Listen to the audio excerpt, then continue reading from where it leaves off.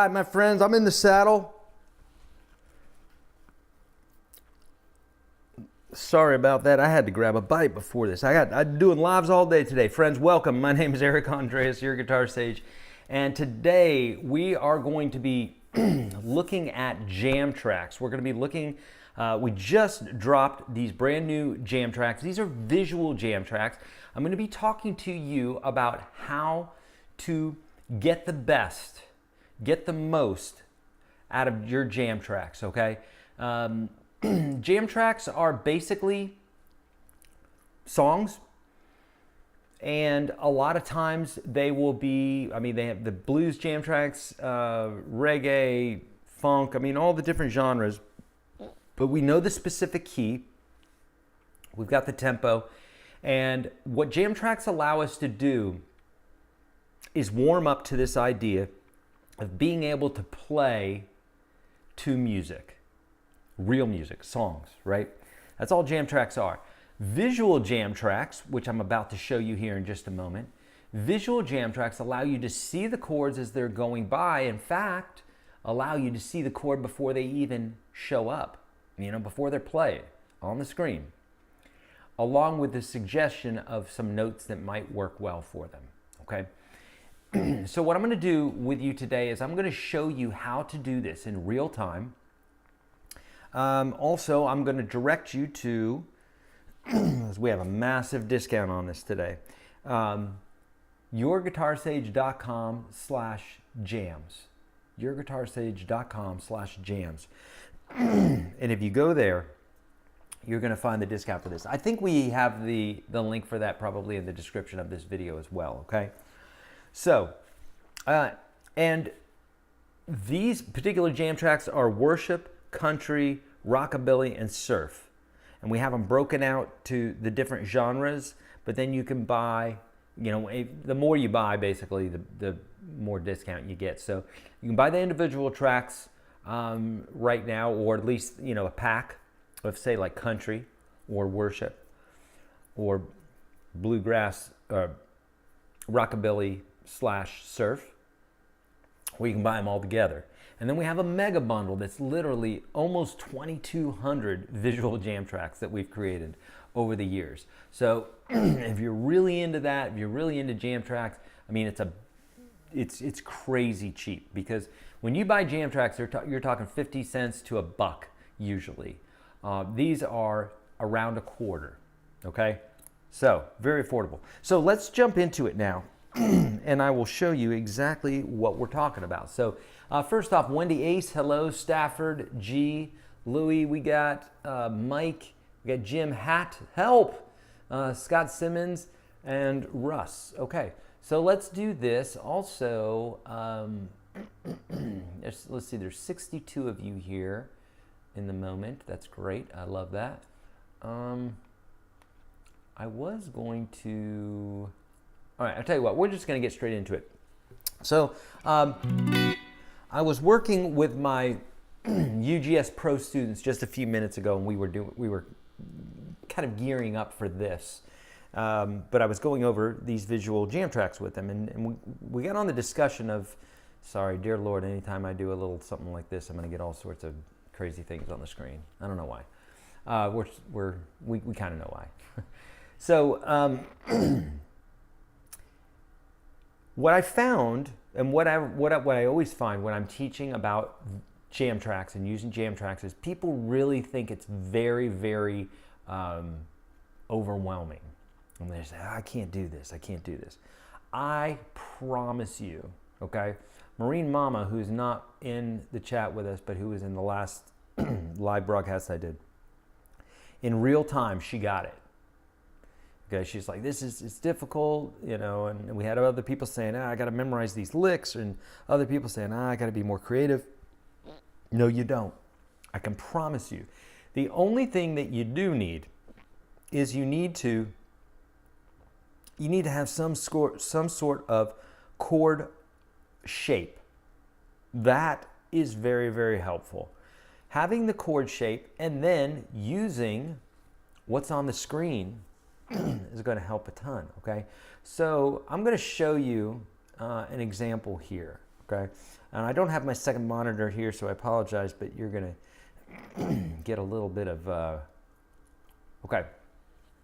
It's not gonna be exactly what I'm wanting you to see. But anyhow, you got the, I think you got, yeah, you can see it there. Okay, so this is what a visual jam track looks like. Essentially, when you log into the console, when you get these, you log into the console and you're gonna see everything organized to where you can go to that specific genre, then you can go to that specific key, you can pick a specific like feel or vibe. In this case here, this is one of our rockabilly tracks, and it's a 1-chord jam, okay? Sorry, I'm gonna move my necklace here because I can hear it making noise. It's a 1-chord jam. And so I always suggest to my students to always start with 1-chord jams. Don't start with more than that. The reason for it is this, and this is everything. So if you're listening and you care about being a better player, listen to this, because this is the gold right here. This is the information that you probably are missing, and it's going to take me saying it a few different ways for you to get it, because it's a paradigm shift and most people don't get it, okay? It goes like this. When you're playing to these jam tracks, people think that more is better. They think that make it more complicated. I need more scales. I need more notes. I need more licks. I need more. It's always, that's what they're grabbing for. And that's why when they do play to jam tracks, it does not sound good. So what I want you to do is I want you to totally shift your paradigm the opposite way. And I want you to think less, and get good at that particular thing. Here's what I mean by this. So in the last broadcast, I said, if you have a kid, if you have a child, even if they're 1 or 2 years old, you understand already that that child doesn't need to have a vocabulary set of 30,000 words.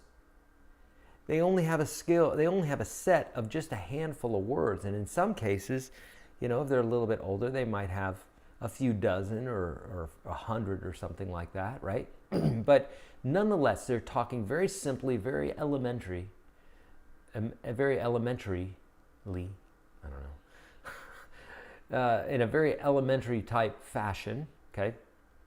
But yet we understand them, okay? I had this old janitor who would come into our office. This was years, a lifetime ago. And this guy would come into our office, and he didn't say much at all. He was a sweet guy. He didn't say much, but when he did, he always said something profound, and I thought it was funny because it was like a movie. It was like this guy would come in, ask for my trash can, I'd give him the trash can. Sometimes he'd say something, sometimes he wouldn't, but when he did, it was always really profound. So I want you to think about my buddy who did that, okay? I forgot his name, Henry. I think it was Henry. So think about Henry, okay? And so what that means is don't say a lot. Number one, you can't yet because you don't know how to. So definitely don't be the guy or the gal who tries to say a bunch and you don't know. Have you ever run into that person who doesn't really know what they're talking about? We've got politicians like this, right, that are out there where they create these word salads. They're just talking, and they ain't saying anything, and it's obvious that we know that they don't know what they're talking about, and they look foolish because they just keep on yapping about going on and on about something, but they're not even really saying anything. So in the same way, musically, we can do this. And the people that do that are people that are usually using lots of notes. It sounds busy, but it doesn't sound like they're really saying anything. Think about B.B. King when he would play, right? That's how he would play. Real simple.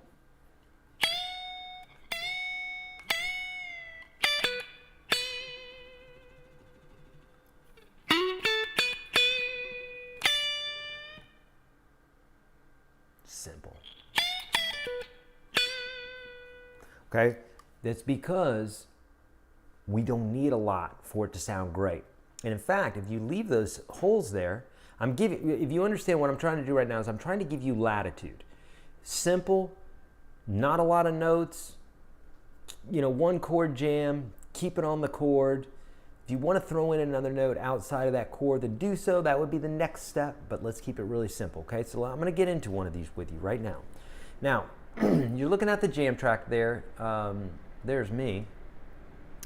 Okay, okay, so you see me, you see the jam track. Hopefully you got this. Okay, so what we're going to do is we're going to play this. Now, to start off, what I'm going to do is I'm just going to take this form right here, B minor. It's a B minor chord, actually. And if you know the cage system, you know that if this is a B and I go down 2 strings and up 2 frets, it's also a B. In fact, let me give you a different look here. This is the one we want. Yep, that's the one we want, so you can see my hands. So, we got that chord, and we have this chord as well. Right? They're both B minor. So if I have this jam track going, the only thing that I want you to do at first is I want you to play the chord tones of one chord. And the reason that we're doing this is because those notes are going to sound the best. Looking at your screen here, you see a bunch of dots on a screen, right? Underneath the chords. Well, first off, let me show you how the chords work, okay? So if we just hit play here, we get our 4 count.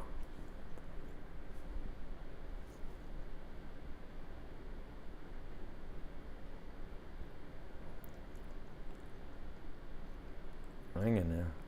I'm going to have to refresh this. Oh. All right, let's do one in, we're going to do B minor, okay? Let's do this one here. Okay, you can see these chords going by, right? 3, 4, 1, 2, 3, 4. And that's to tell you what the next chord is. If we had multiple chords, you would know that in 4 beats, 1, 2, 3, we'd go into a new section, but we're not since this is a 1 chord jam, okay? So you got the chords on the top there, and if it was a chord progression, you would see, okay, here's the next chord coming up. This is very, very helpful because if you want to change what it is that you're saying, if we're having a conversation and in the middle of that conversation we change, or you change, you start talking about something else that's kind of related to what we were talking about, and then you bring it in a different direction, it'd be socially awkward if I stayed talking about that particular thing before and not moving with you, right? We do this all the time on the fly. You go order something from the, you know, let's say you're ordering some food and you're talking and somebody says, oh, what a great necklace. Okay, that's changing chords on you. What a great necklace. And you're like, oh, thanks so much. My buddy Mike got this for me. And now all of a sudden you're not talking about food anymore. You're talking about the necklace and you're talking about your friend Mike. So that would be equivalent to changing chords. Okay. And if we, in a musical situation, if we change along with the band, that's great. If we don't, we're being stubborn, we're not listening, we're just playing something else other than what the band's playing, that's going to start sounding weird. So here, the B minor chord is playing. That means that I'm going to emphasize the B minor chord. That's what's happening on the top there, okay? We won't get into the other chords yet because I just want to stick with something very simple so that you guys can get this. We want to make a win here, okay? And then underneath it, what I do is I have a fretboard, and then I have the basic idea of what I want you to do, what the notes that are probably going to sound best with this. So the red notes are the tonic. So in this case, if the song's in B minor, then the red note is the 1, it's the B. It's the note that's going to sound the best, okay? But any one of those notes is going to work. Also, if you know a little bit about music theory, you'll know that the notes in the chord sound best. So the 1, the flat 3, and the 5. So we're looking at the screen there, you're seeing all those dots, and you see numbers on them. So in the case of the B minor chord, we have a 1, a 5, a 1, flat 3, 5, and 1. Okay, I'm going to pop back over here real quick just to make sure that I don't have any questions.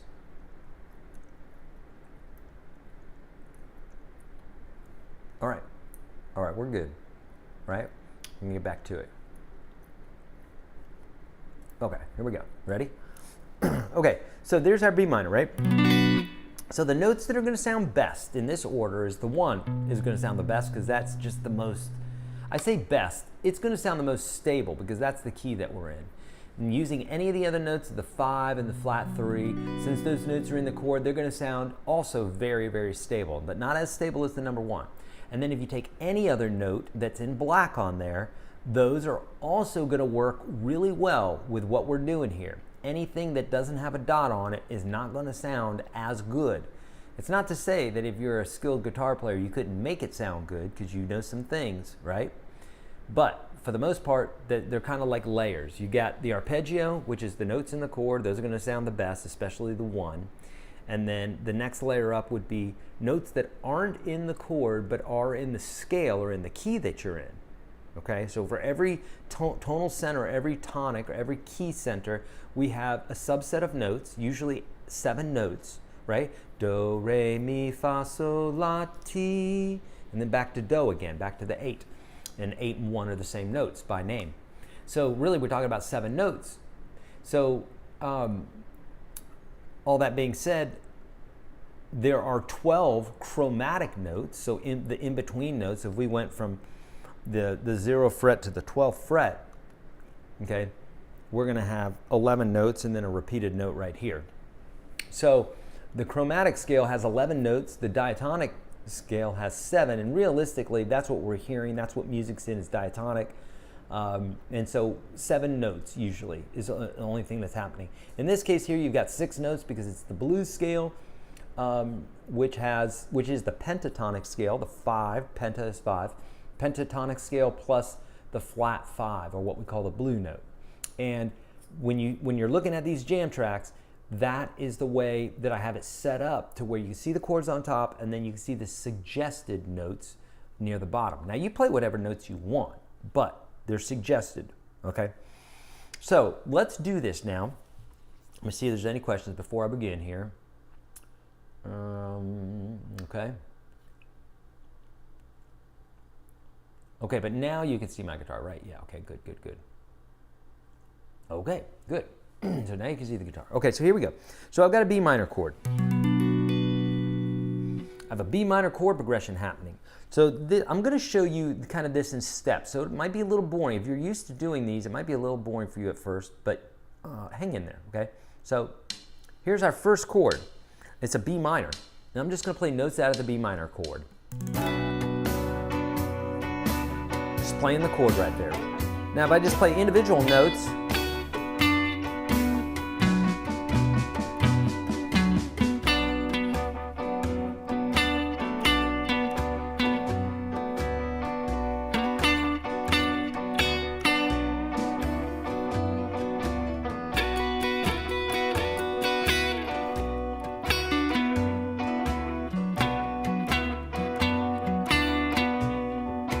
okay, just notes out of the chord. That's all I'm doing.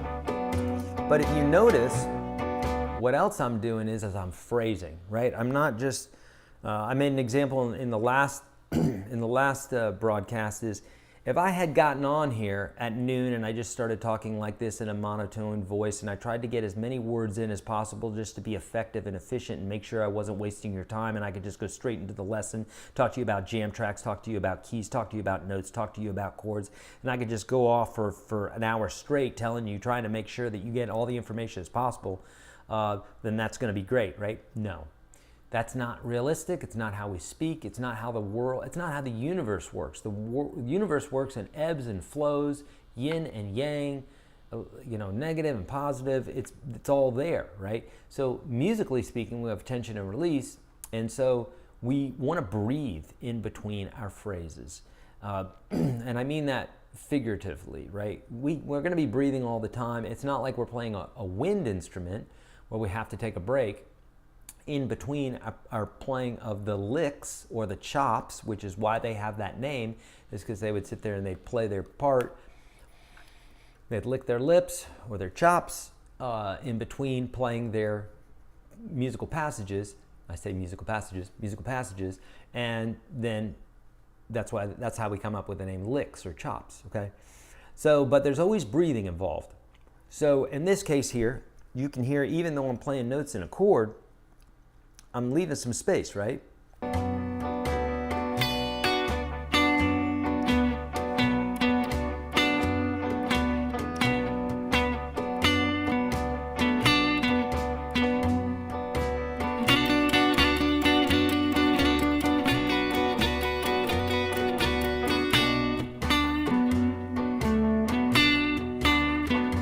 Now I could throw in some other notes out of that scale, but resolve them back to the chord. So this note right here. So I could go.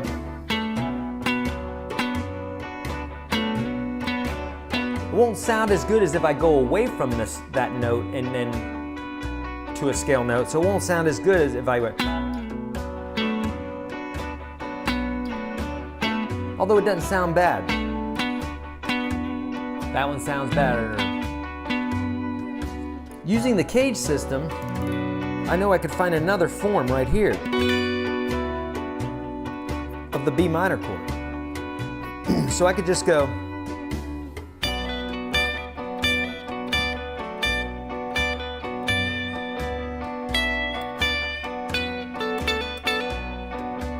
So there's the chord. Not playing anything different other than I did play a couple notes out of the scale, but here we go, just the notes from the chord.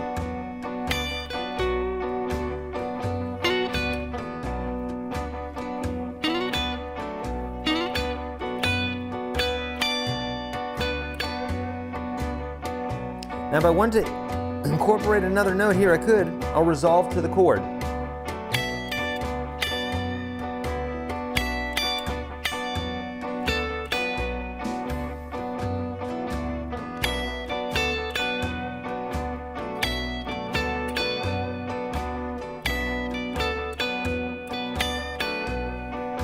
Now let's talk about that real quick. Now, here are my two target notes. We know that because it's part of the chord, right? Part of that D minor chord, that B minor chord. It looks like the D minor, but it's up here where the B note is, right? So it's a D minor chord now. So I did something here where I play the notes from the chord, but I also incorporated some notes out of the scale. So I went, which you could use that as kind of like the perfect lick. And so what I mean by that is this. There's definitely cooler licks, but I mean like the perfect, kind of like a groove, like a drum groove, right? A basic drum groove goes 1, 2, 3, 4.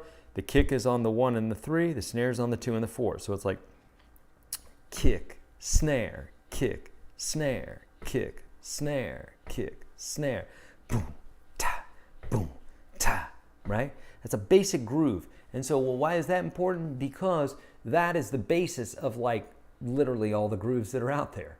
It's the foundation, if you will. So you could think about that groove, even though it's not necessarily the best one in the world. It's been used by lots of bands. See AC/DC for those basic riffs, those basic drum riffs. But man, they work and they're powerful. And so in the same way, we can think about this is if this note and this note are out of my chord, they're also in the scale, but I mean, they're in the chord. And then this note and this note are not in the chord, but they're in the scale. Then what happens if we play them, but we won't rest on them? And in this case here, I just play it real quick for a second, and then I'm coming up. So this is a chordal note, and so is this. So I just go. And that sounds great, right? And then I went.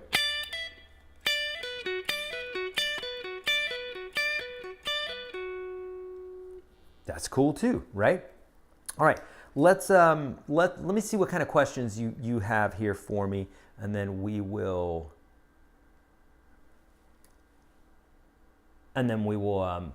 keep going, okay? Okay, let me make sure from the very top here, no questions. Hello, David, good to see you, buddy. Always good to see your smile, man. There's Gary. What's up, my friend? Oh, Marine Mama's back, right? So I've told you about Marine Mama. Here she is, and she's getting it. Okay, I'm practicing it. Amazing breakthrough for me. Yeah, I love that. Yay. Oh, I love that. Okay, so here's the deal. So Marine Mama was on the last live that I just did that was UGS Pro folks only. So if you're pro and you missed that, well, we're doing 2 more today. And if you're not pro, then you need to be pro. And so if you get the jam tracks today, you'll be offered a nice discount to get into the program if you'd like to. So she was just with us live for an hour, just a few minutes ago, and she was having a hard time with this, right? Because guess what? We always have a hard time with everything at first, because that's the reason we're doing it for the first time. We don't understand it. So let's dispel this idea that we should be getting it the first time. We should never get anything the first time. It doesn't make sense. It's just bizarre. So and people go, well, what's the big deal? Well, because the way people treat themselves when they don't get something immediately, it's kind of comical if it weren't tragic, because they're not allowing themselves the space to learn something just like they would a child, right? A child starts off very simply with something. You wouldn't, if your kid's trying to tie a shoe, unless you're just a jackass, you wouldn't be like, hurry up and tie your shoe. Well, I don't understand how you don't get your tying your shoe. You know what I mean? It'd be just terrible. No, you help the little guy out. You help the little girl out, right? So in the same way here, whenever you're doing this, number one, you have to get jam tracks, and you got to get the visual jam tracks, and you got to get them today. I have many different ways that you could do this today. If you want 2,200, nearly 2,200, we got them for less than $500 today, for less than $1/4 a piece, which is dirt cheap if you've done any of these jam tracks before. That's for literally every single visual jam track that we've ever created. Okay, it's like $468. If you don't want to do that, and you just want to get the jam tracks that are, you know, the mixed bundle, what we call today, which is the one that's dropping today, which is country, rockabilly, and surf and worship. So there's like 4 genres there. We have a mixed one, and I think it's, I don't know how much it is, 100 something. And then we sell those 4 packs individually as well. But each time you're getting them, you're getting like 100 something tracks. So you're getting a ton of tracks. And then we have something even smaller than that. It's $5. It's a sampler, okay? And then we have something that's even smaller than that that's absolutely free, okay? So guess what? You got no excuses. And if you're in UGS Pro already, then you have some of these, okay? So, so important that you get jam tracks, and so important that we're sitting here today and we're doing these things because that's from Monsters, Inc. My kid watches that all the time. Because jam tracks are a representation of music. That's all. The thing that's cool about the jam tracks is that we can go to them all the time. We can pick the key that we want, because I do these in every single key. So you want a particular style and a particular tempo and a particular key, I've got it for you. We've got nearly 2,200 of these. Okay, so trust me, we got it. We got you covered. So that's great. So you're like, man, I really want to understand how to noodle over an A minor chord, or I really want to learn how to noodle over an A minor and a D minor chord. Boom, I got you covered. So what we do is we started off with 1 chord jams, and then to 2 chord jams, and then to full-on chord progressions. And so the reason we jump from 2 to full-on chord progressions, because usually a chord progression's 3, maybe 4 chords, you know, usually not more than that. Can be. But you're talking about an infinite number of songs. Of course, it could be anything. But when you're talking about these jams, they're usually going to be like 3, 4 chord type jams when they're ultimately the full song. But what you got to do is you got to understand just 1 chord first. Okay, and that's why we're doing this B minor, or we're doing it right here. So pick 1 chord, pick 1 area of the neck, and just play through the chord tones. When that starts sounding like, okay, I'm getting the idea here, then you can always grab one of the other notes from the scale, but that aren't in the chord, if that makes sense. Because those notes will rub a little bit more, meaning they will they're a little bit more dissonant. And so someone who's thinking, super binary is going to be, I hate even using that word right now because everything's so triggering, but dear Lord. Okay, so just think about, like, if someone's like, well, I can't play any other note. It's like, no, you can, but it kind of depends on how you're playing that note, okay? But you start off with one chord in one area of the neck, and you get used to that. And once you start bringing in some other notes from the scale that are a little bit more dissonant, but still sound good in the general scheme of things, then that's when it's going to really start coming together. Does that make sense?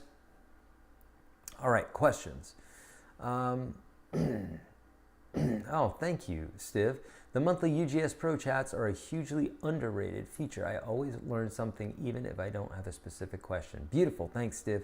Yeah, we've got a great community in there. We would love to have you. So we were having a moment together. Okay, so now let's do this. Let me go to a different part of the neck. So let's do this. Boom. And I'm going to get back here. Now,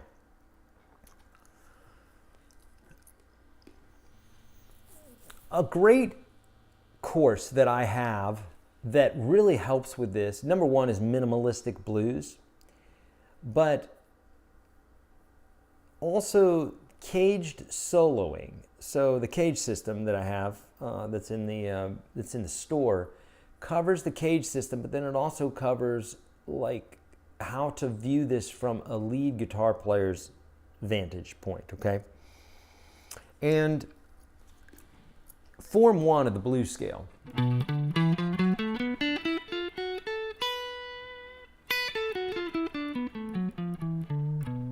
It's right there.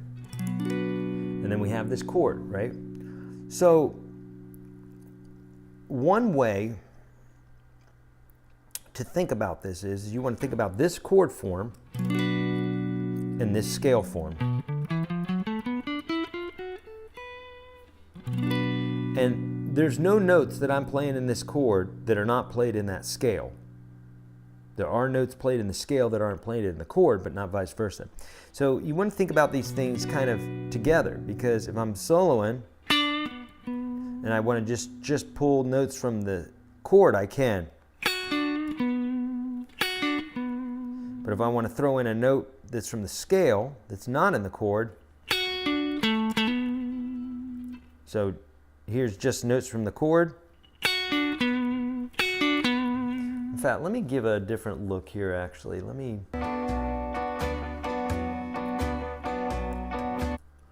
go back here. I'm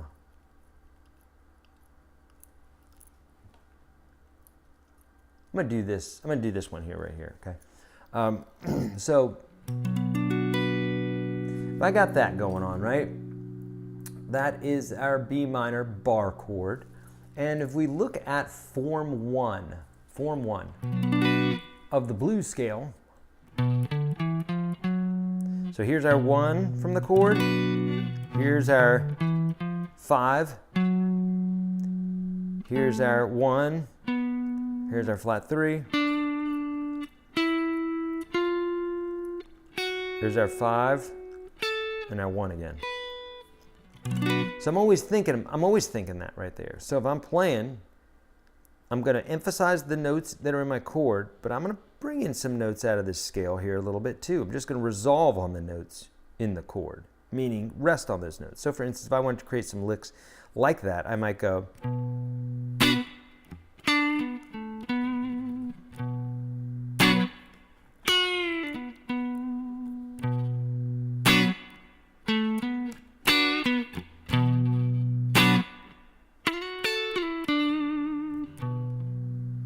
Now, did you hear that one hung out there? It's like it's still in the chord, but it's still resolving, okay? So let me hang a note out there that's not the scale, and you can, or it's not in the chord, and you can hear what I'm talking about, because that's going to sound a little bit more dissonant. So all of these are resolved so far.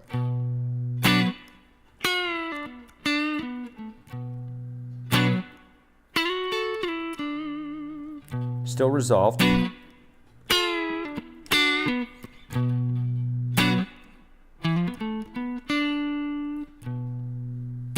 But now if I throw some notes that aren't in the chord and I rest on those, it might sound like this.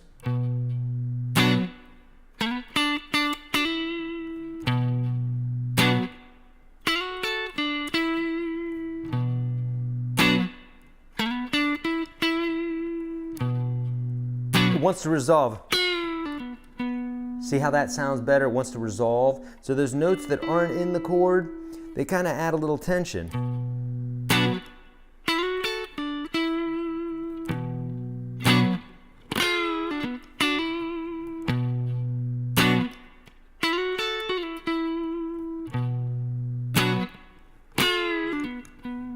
Now we resolved it. And so you can, for sure, use notes that aren't in the chord. You can use them in your phrasing, and you can even resolve on them. You can even rest on them. But here's the deal. I think it was Bach or Mozart, one of those guys, one of those cats said, learn all the rules and then forget it. Forget them. Okay? Now people in our shortcut world say, look, they said forget them, so don't even learn them. Nope, that's not at all what they said. They said learn them and then forget them. You don't get to forget something you don't know. Make sense? Now you may say, well, that's just the same if you forget it. No, it's not. It's not at all the same. Because you learned the notes, you learned the rules, and then what happens is when you start playing music, you forget about them. You know, you kind of forget about them. Like what that means is you're just not so cognizant of them all the time that you have to stick within these rules. It's not like that. You're like, these are some basic rules, and I'm gonna, but I'll break the rules if I need to. So in the same way here, when we're playing, what I want you to, the reason I say this is in the beginning, here are your rules. Okay, thank you, Marine Mama, yes. Okay, so let's say you're like, Eric, I'm convinced jam tracks are gonna help me. If you're not convinced that I haven't done my job yet, or you ain't listening, because they absolutely will change the way that you play everything and give you a real world understanding of playing the guitar, of being able to improvise, of being able to come up with instantaneous melodies and what have you that sound good, because that's what all this is about. It's like conversation. Look, if you're a great reader, but you never go and meet with anybody. You say you're a kid and you read your whole life, but your parents never take you out to be social and you never meet anybody. And now all of a sudden you're at a dinner party. You're probably not going to be able to converse because you don't know the flow. You can read all day long, and sure, you could extrapolate some from that in the flow there. You can extrapolate a lot, but you still haven't practiced all that, right, in real time. So you might, nerves and what have you might get to you. Same thing with playing. If you don't practice this idea of improvisation and it really has more, it's less to do with your fingers, way more to do with your brain, and then understanding where the notes are and where the chords are going and where it is that we're, the notes that we're landing on and that sort of thing, okay? But going back to the learn the rules and then forget them is, I would rather you start, okay, you understand that the jam track is going to help you, right? So what you do is you start off with the one chord jams. Don't look at anything else. Look at the one chord jams, unless you're experienced at jam tracks, because more is not better in this scenario. More chords is not better. It's worse. Think about them. Think about it juggling. Think about them as balls. If you can't throw one ball up in the air and catch it, 2 is not going to help. 3 is going to make it tragic, right? So more is not going to help. In this case, you want to scale it back and get used to throwing one ball in the air. In this case, one chord. So you got one chord, you get that one chord down. Then once you do that, move it to a different place in the neck.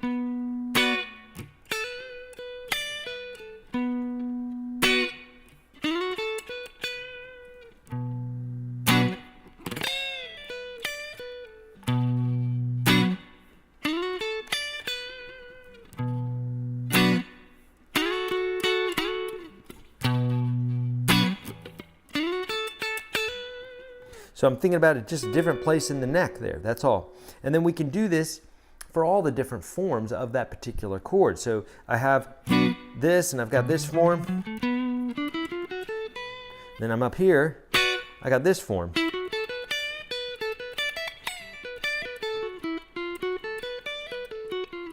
that part of the scale. But my chord's there too. So I'm always cognizant of what my chord is. Well, that's the goal, right? To be cognizant of where the chord notes are at. And then also be cognizant of what the other notes are around you that you could use to color things up. Does that make sense? So if you get these jam tracks today, which I'm hoping that you do, get some form of them. If it's a mega pack, great. Would love that. But, because in that case, more is better.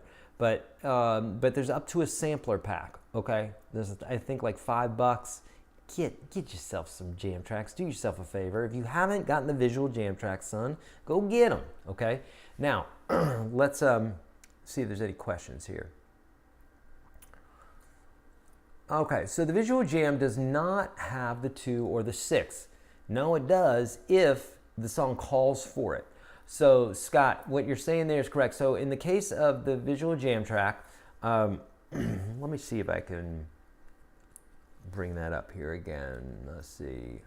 Let's do this one. Okay, so, all right.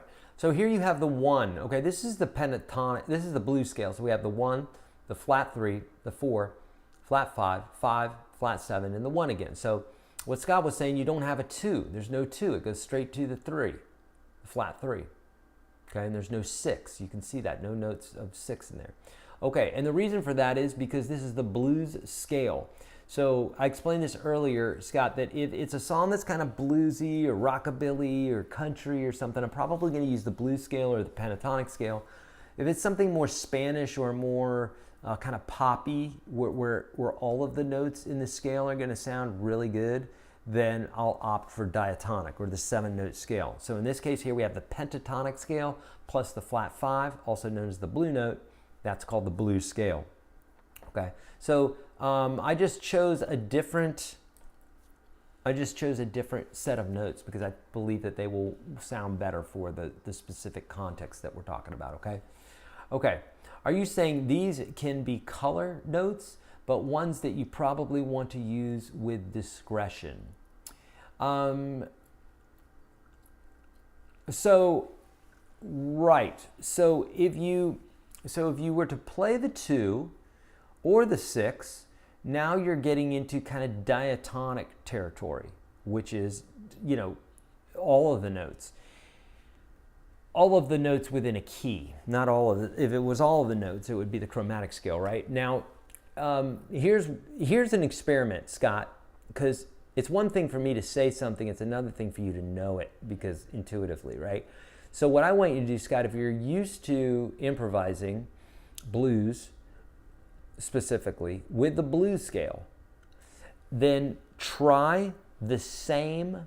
Let's say you're doing, well, it doesn't matter. Let's say you're doing, it's a major blues, okay? So it's like A7, E7, D7. In that case, a lot of times we'll use a minor blues over the top of that. It just so happens to work for blues. It doesn't work for really any other style, but it works for blues.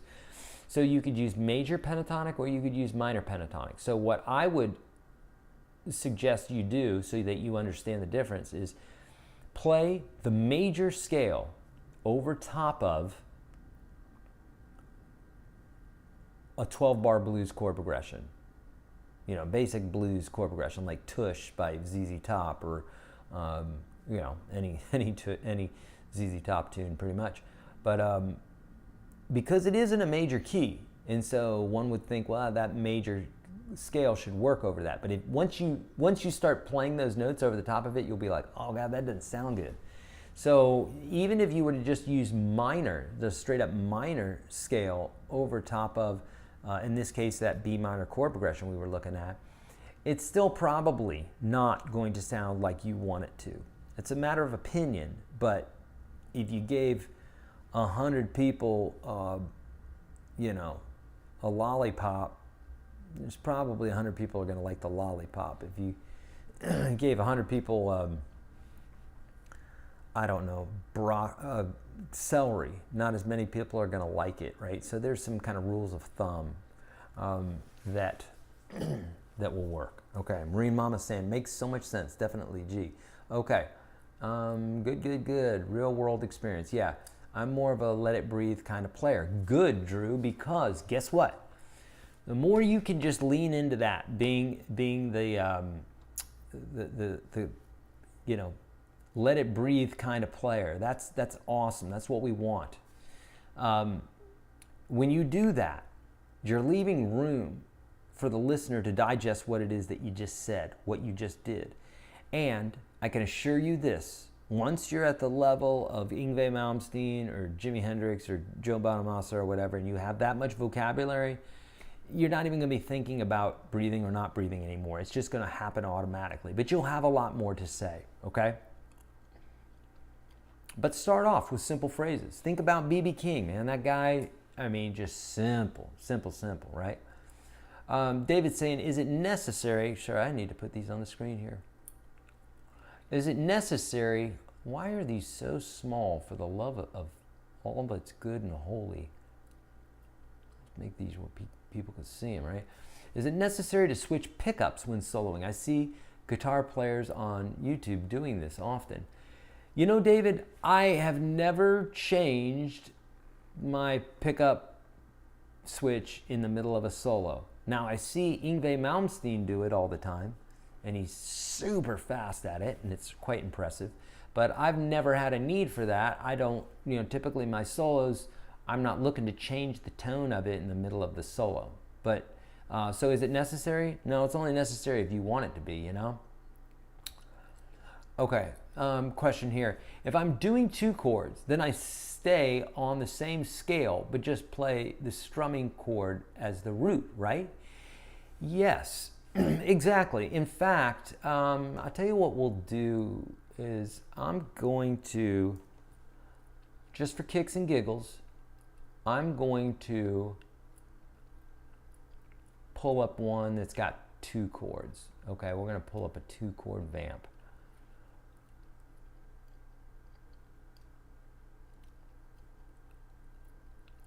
All right, so here we go, 2-chord vamps.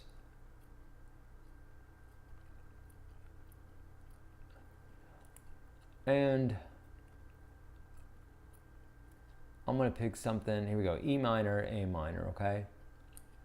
So that's a great question, David, and so here we go. So what I'm going to do is I'm going to get this going here for you guys.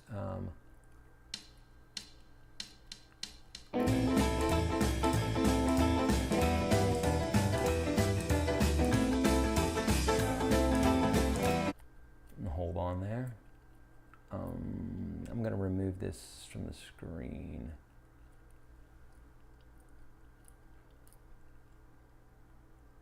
Boop. Okay. Here we go. So you're going to see me switch around now. You're going to see me switch around from an A minor, right, to an E minor.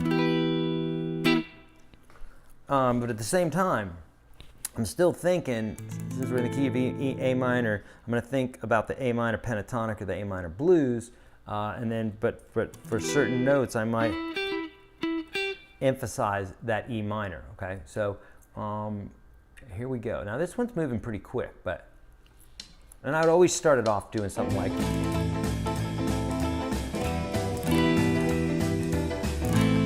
right? A minor, E minor. So I might go,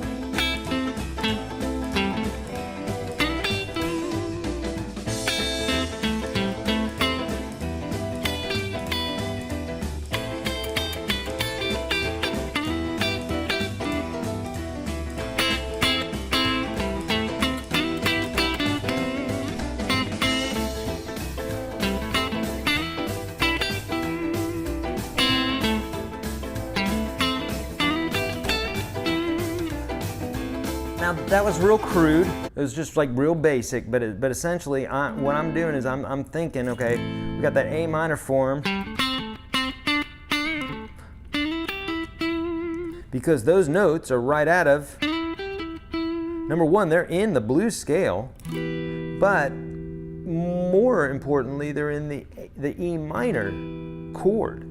And that's why it sounds good. So with visual jam tracks, I can look and I can say, okay, well, here's the A minor.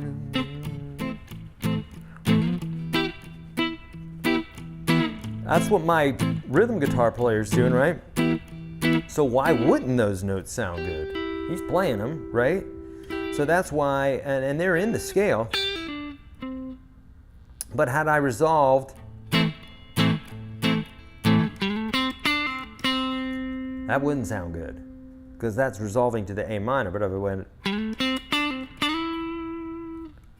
and here in this case I went, I played 2 notes out of the chord. So that's why that sounds good, okay? And now this one moves pretty quick, but you don't have to. You don't have to use that one, right? You could start off with one that's slower. In fact, a lot of the blues ones that we've got are real slow, and specifically so to really get you to understand this concept. So once you get the 1-chord vamps down, then you want to move on to the 2-chord vamps, okay? So if you're just joining us here, I see some new faces and what have you here. Oh, good, David. So glad that makes sense. Thank you so much. There's our thumbs up for that making sense. Oh, that was Cameron asked that question, actually. So, okay, Scott got it. Good. All right. Great explanation. Agree. Other points of UGS Pro. Good. Yay. Thank you. Makes sense. David said, love from India. Hello, my friend. It's been a year since I started your course. I think I switched the pickups. To check if it's working. I have been on the bridge all this time. Okay, good. All right, so, okay, so does that make sense? So here's the deal. If you're just joining us, we're talking about visual jam tracks, which are jam tracks, but that we actually get to see the chords going by. We're dropping a bunch of new ones today, so we have all sorts of levels of entry. There's not a level of entry that doesn't belong to you, that isn't perfectly set for you. We've got the 2200 jam tracks. I say 2200, it's almost 2200, and it's like under 500 bucks. So we're talking about less than a quarter per, which usually jam tracks are 50 cents to a buck, easily, all day long. These are visual jam tracks, meaning you get the audio, but then you also get to see all this other stuff on the screen. You get to see what chords are happening, and you also get to see the scale, okay? So, the suggested notes, but we have anything from 500 bucks down to $5, and we may even have a free version of it somewhere out there. So you just got to go to YourGuitarSage.com/jams to see all the different options. Okay, all right. We're going to end this here in just a few, but let me see if let's see. We got another question here. Okay, I see, because I was confused if I should switch to the E minor pentatonic or stay on the A minor. Okay, great. Yes. Okay, so, yes, absolutely, Stafford, thank you. Yes, smash the like button, and also share this with a friend if you can on social media. That's always helpful. So what you want to do is, I mean, technically, when you change to that tonic, yes, technically you could, but what you're going to find is that some of those notes don't sound very good. So I don't care technically if it works, it just like doesn't really sound very good. And it's because when technically a chord, whenever we're switching a chord, that chord is not the only chord that will work in, I should say it this way, that chord is not only for that specific key. Like basically whatever chord you're switching to could work in several different keys. So technically when we change from one chord to another, we could technically be gearing up for a key change. And if we play the notes in the original key, so let's say if it's an A minor, when we go to E minor, is the chord E minor in the key of A minor? Yes, it is. But it's also in the key of C major. Yes, okay? Both A minor and E minor chords are in the key of G major, or E minor, or C major, and A minor. It's in all of those, okay? So what that means is if we switch to another chord, then technically we could be going into another key.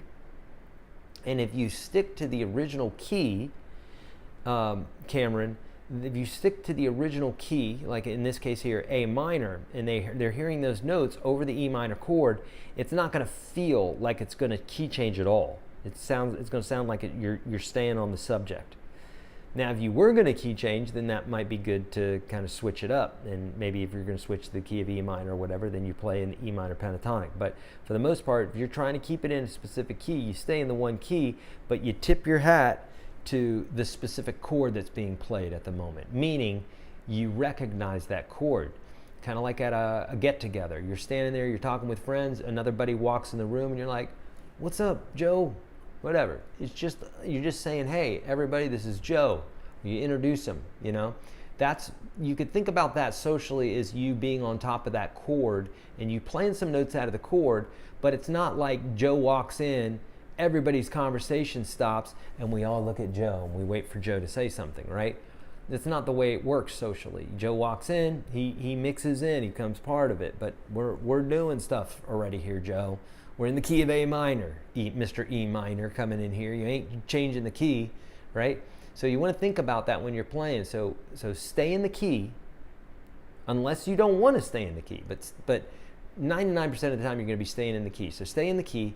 But when that new chord comes up, take a note or two out of that and put that in your lick. And I promise you, you're going to get exactly what you're looking for sonically. Okay? It's going to be that sound of, "Hey, wait a minute, I know what I'm doing." Because guess what? Now you do know what you're doing. Make sense? Okay. Now, I'm going to take you here real quick to show you, boom,